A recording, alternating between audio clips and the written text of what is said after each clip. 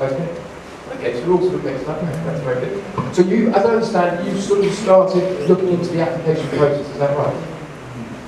So early days of starting. Okay, that's good. You may be aware of this, and I apologise if it's information you know already, but UK is different from many other countries, particularly places like Canada, the US, and Australia, where typically you would be starting off studying at least 5 subjects, and then you gradually narrow down each year, fewer subjects, and eventually a single specialist subject, a major subject. In the UK, and you're probably aware of this already, but in the UK, you only study one subject. You choose one subject from the very beginning. So it's very important that you make the right choice of subject, because you don't want to be wasting any time and money when you get there and decide actually you want to read the subject for you. But also there are other good reasons why you need to choose the right subject for you. And in choosing the right subject, you must choose a subject that you really do care about, that you're passionate about, follow your passion. And there's really good reason for this, because when you start a degree course, it is a bit of a leap up, not a small step, a bit of a leap up, because the admissions tutors, when deciding whether they're going to accept you on their courses, what they want from you is well, key phrase here, as you can see here, is for you to demonstrate critical engagement in the subject that you've chosen. Now, the only way you can demonstrate that if you've chosen a subject that you're passionate about and you care about, what that means is they want you to be engaged with the subject. And you can only engage with anything if it's something that you really like doing and care about. Critical, it sounds a bit of a negative word, but it means putting it apart, analysing it, telling them what you think about that subject. They're not so interested in you sort of demonstrating everything you know about a subject and kind of showing off, saying, look at me, aren't I fantastic, I've got all this information and knowledge, I'm brilliant. They want you to tell them what you think about that subject. That's different. What you know about a subject is sort of the first step, they assume that. But you are the future generation. You know, you've got 50 years of professional employment ahead of you. Things are going to change dramatically. They're changing all the time, particularly with technology. We're in at the very sort of surface of technology and what the capabilities are out there.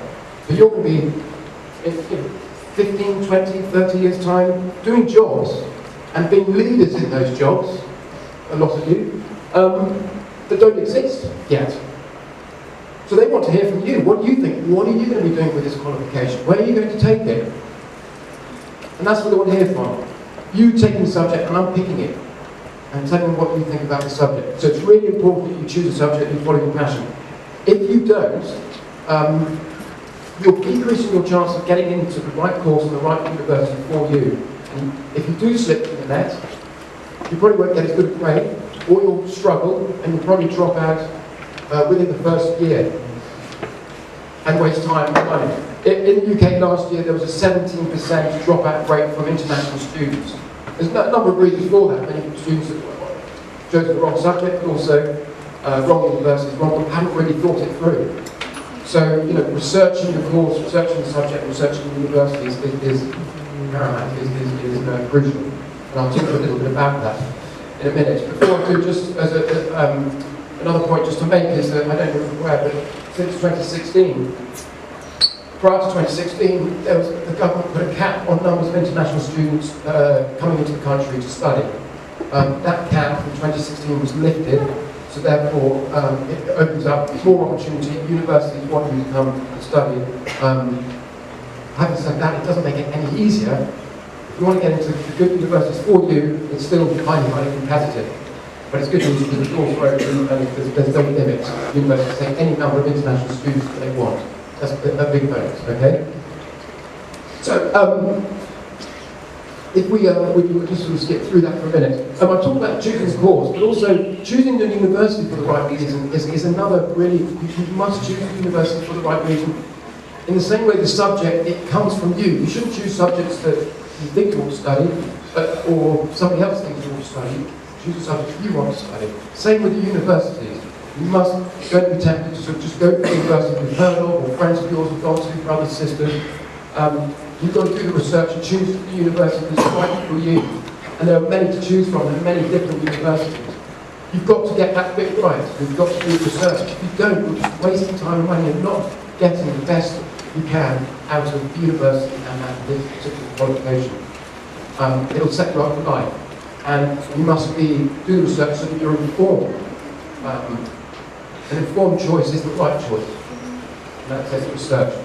Last year, they had a shift in trends actually. There was an article recently and a survey which showed that actually more students from last year, when choosing a university, were looking at their employment prospects. How employable am I with this qualification? That's what people are looking at. Not so much the sort of the name of the university, the big branding of the university.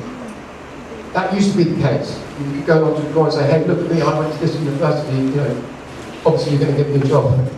It's more about the actual qualification now. That's a trend, that's the fact from last year in terms of students deciding which university they were going to. Just as a brief anecdote, my brother chose Manchester University, Manchester University for one reason. Anyone guess why he chose Manchester? Losing the title. Anyone guess? Yeah, you got it. Football. He supported Manchester United. That's a really bad reason to choose a university. And what happened? He lasted 1 year, or less than a year, and dropped out. Yeah, he pulled through. There's a lot of good reasons to make that title. And there are lots to choose from, 380, 37,000 courses. So there's a course out there for you, for everyone. And there are different levels of courses, and within that course, there are broken down subjects that might suit you more than maybe a course with the same title, but offering slightly different subjects within that. So there's a lot to consider, a lot to think about. And what your friend is time. Time is your friend. You need to give yourself a lot of time so you are able to research properly all the information that's out there for you. And it is there. I'll just briefly touch upon some of the things that you need to be thinking about when choosing a university, because it can make a difference, a big difference.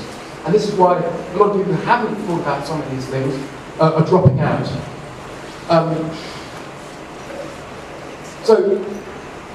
There are obvious reasons why to choose a university in terms of subject and the type of university, but there are other things that seem quite small but are very, very significant. Location. It does vary in the UK.